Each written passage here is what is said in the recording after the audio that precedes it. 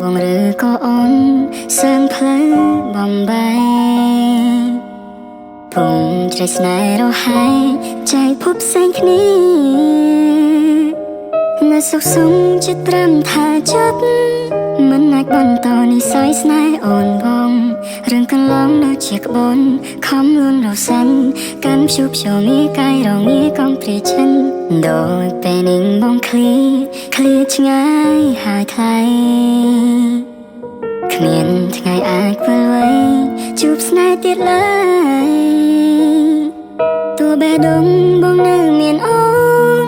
តែវាគ្រាន់ជាស្រមោលឡងទេថ្លៃខ្ញុំសួរមេស្រ័យសួរដីបញ្ហាមកពីវ័យយើងបែកគ្នា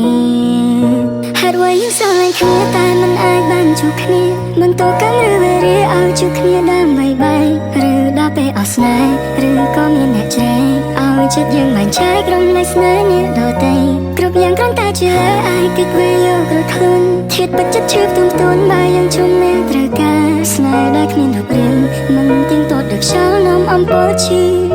ដូចគ្នា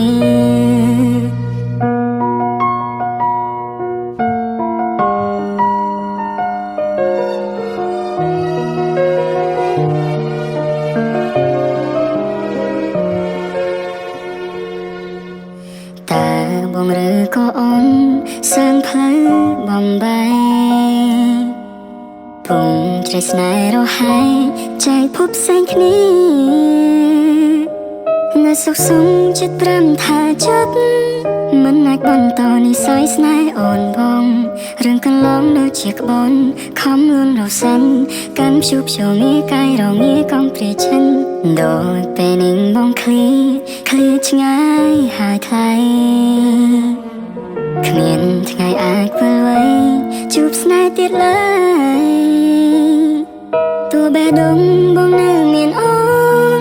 តែវាគ្រាន់ជាស្រមោលឡងទេថ្លៃខ្ញុំសួរមេស្រ័យសួរដីបញ្ហាមកពីវ័យយើងបែកគ្នា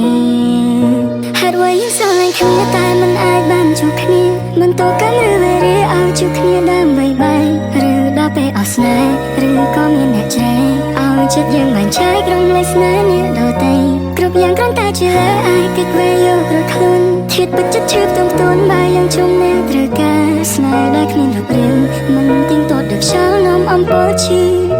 ដូចគ្នា